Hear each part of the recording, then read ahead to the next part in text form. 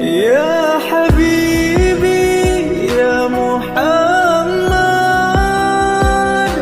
يا عروس الخفقين. Assalamualaikum warahmatullahi wabarakatuh.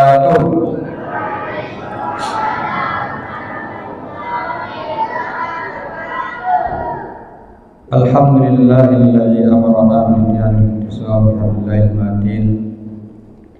Asyhadu an la ilaha illallah wahdahu la syarika lah wa asyhadu anna sayyidina Muhammadan abduhu wa rasuluh.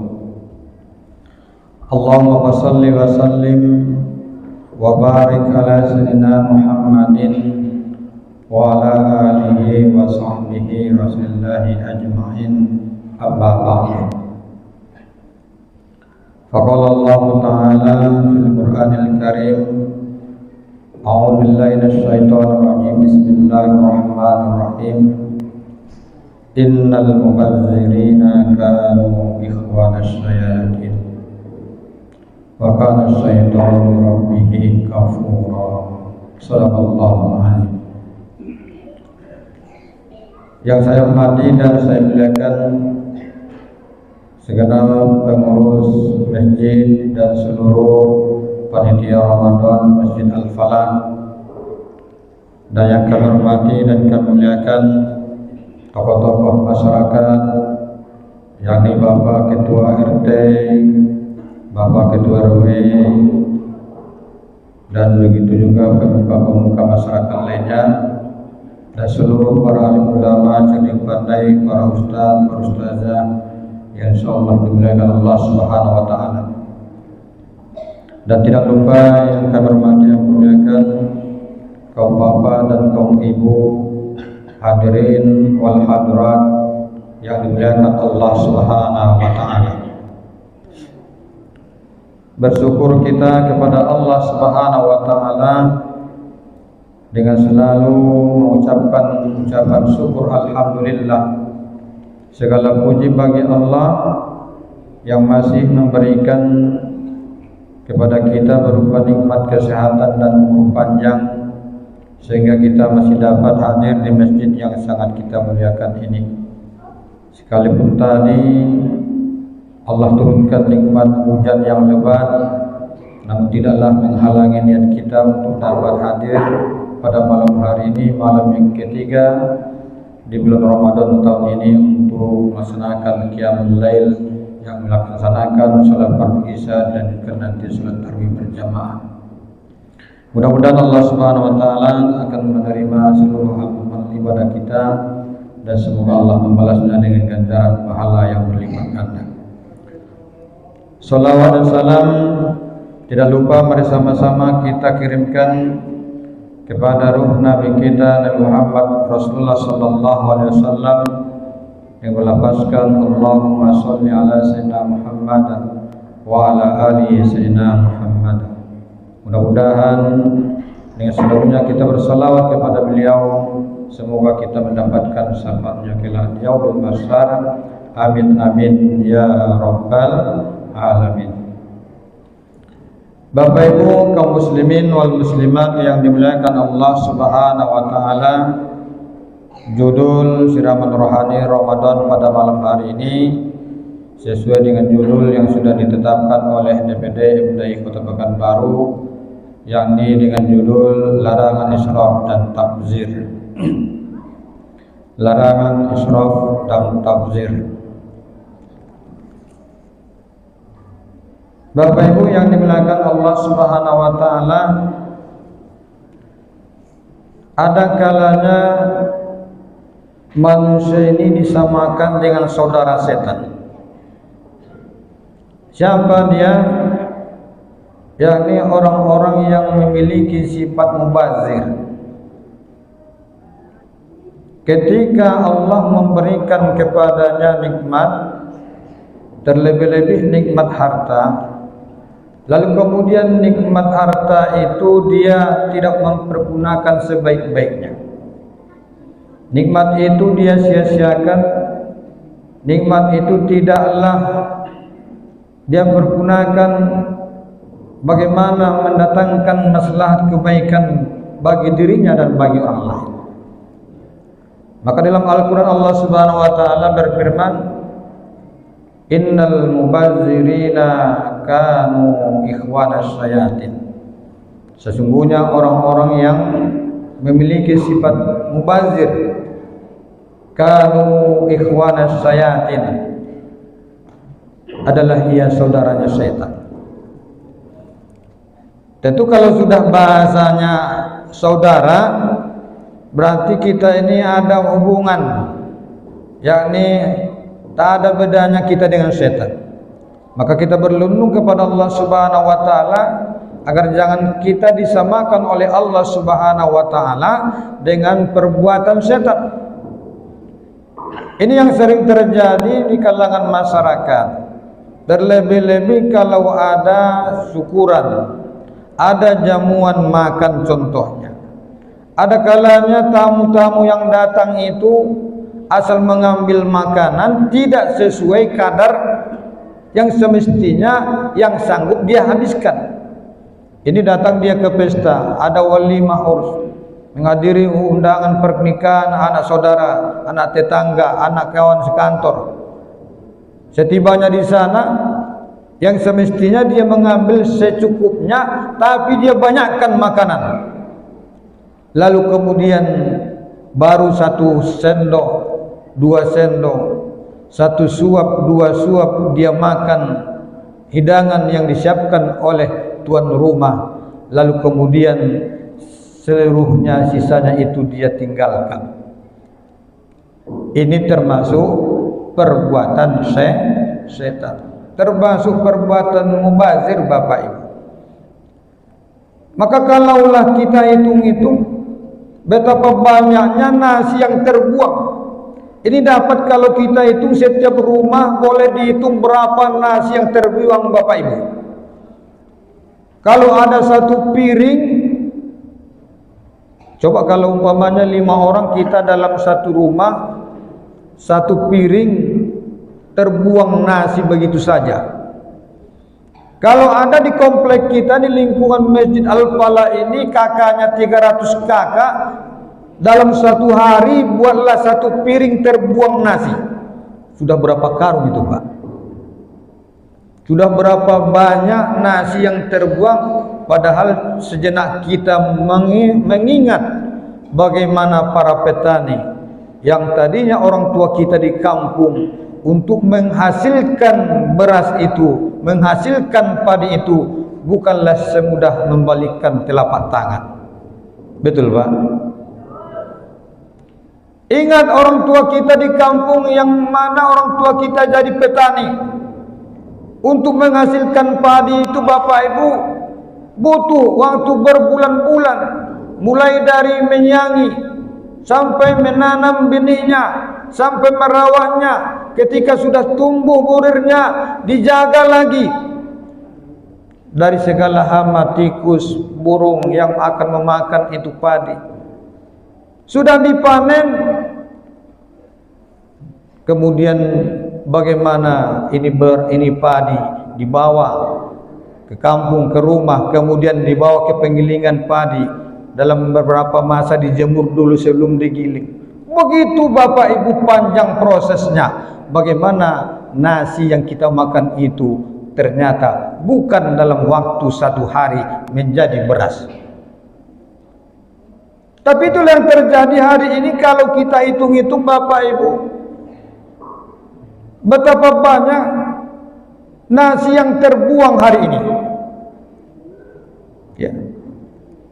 Betapa banyak makanan-makanan yang terbuang hari ini.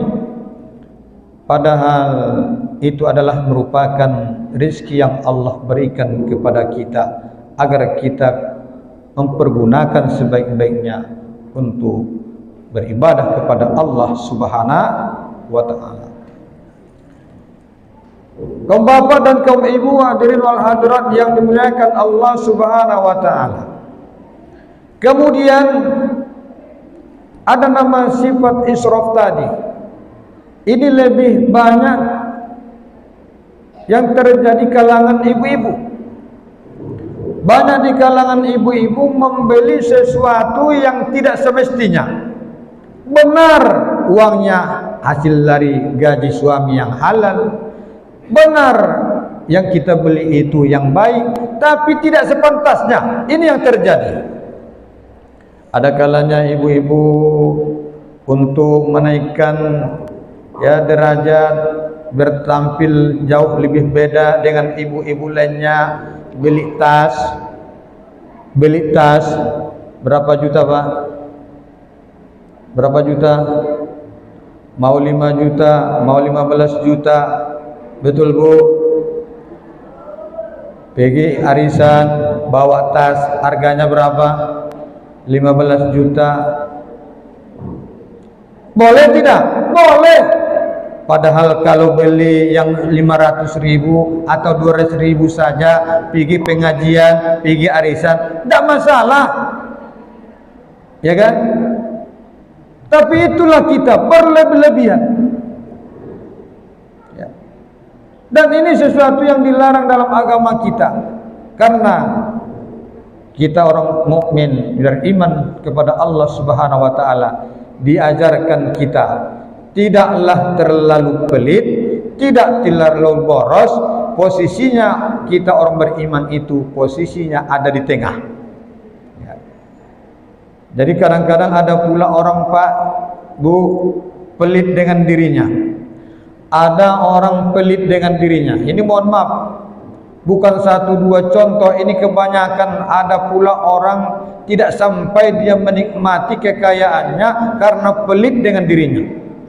Coba bayangkan, dengan dirinya saja dia pelit, apalagi kalau dengan orang. Bagaimana pelitnya? Dia punya, dia mampu, tapi dia tidak beli. Dia punya harta, orang pergi umrah, dia tak pergi umrah, padahal ada kemampuan dia. Pelit namanya nih Pak.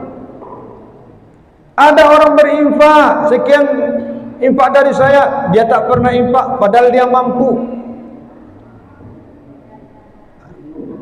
Yang susahnya, ini kalau kita perokok Pak ya. Kalau dulu waktu ingat saya, waktu masa-masa merokok dulu, ada juga kawan-kawan itu yang pelit dengan rokok Pak ya. Betul Pak. Giliran kita lagi berkumpul, dia tak keluar rokok dia. Ini mohon maaf ini. Dia selama kita ngobrol tak pernah keluar rokok dia. Rokok orang semua dijarah sama dia. Mulai dari rokok Samsu sampai habis rokok Samsu pindah ke Surya. Giliran rokok dia tak keluar.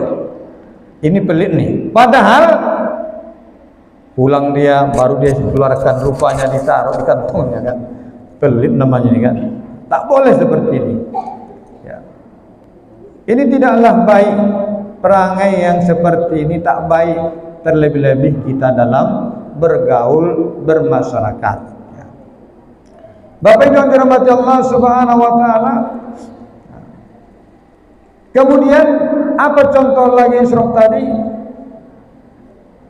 Ada orang membeli sesuatu padahal itu bukanlah sesuatu yang mendesak, sesuatu yang sangat penting sekali.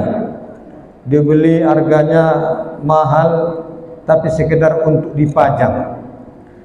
Ini kebanyakan kita di rumah Bu, rumah kita sudah tipe 36, isi rumah itu penuh, mulai dari piring-piring. Coba silakan nanti Bapak pulang tengok piring-piring. Piring itu sejak dibeli sampai sekarang sudah 15 tahun tak pernah dipakai. Mestinya piring itu diapain Bu? Hah? Ibu beli piring di pasar, mestinya piring gunanya untuk apa? Untuk di lemari. Itu yang terjadi Pak.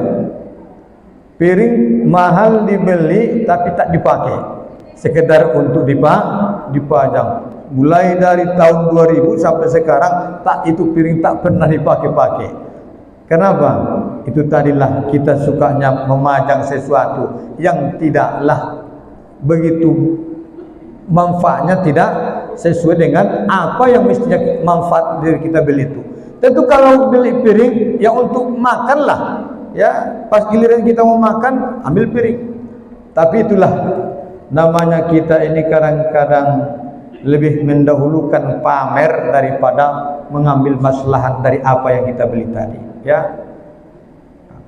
Itu dia. Maka kita berlindung kepada Allah Subhanahu wa taala jangan sampai sifat israf dan tabdzir ini ada di dalam diri kita. Kenapa? Tadi sudah kita bacakan firman-Nya bahwasanya Allah Subhanahu wa taala menyamakan orang-orang yang memiliki sifat israf, memiliki sifat tabdzir, termasuk dari saudaranya setan.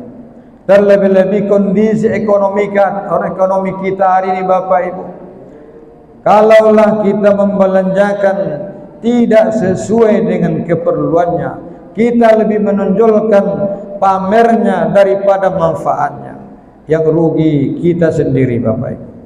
Kadang-kadang tuntutan hari ini kita harus pamer, padahal gaji suami tidaklah sampai uang itu untuk membeli HP yang harganya 5 juta. Tapi demi gengsi Bapak Ibu, relalah suami berutang ke sana kemari.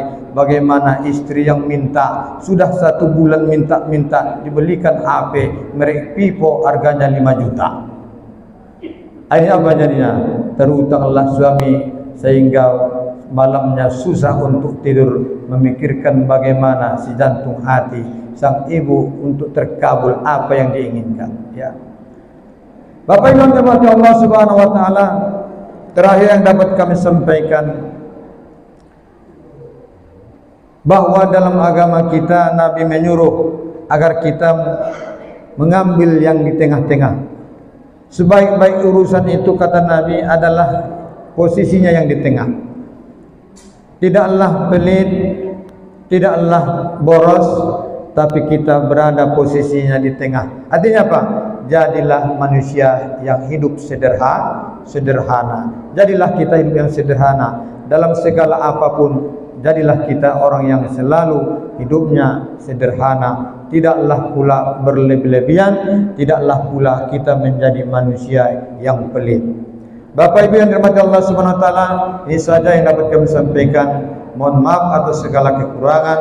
Akhirul kalam. Assalamualaikum warahmatullahi wabarakatuh.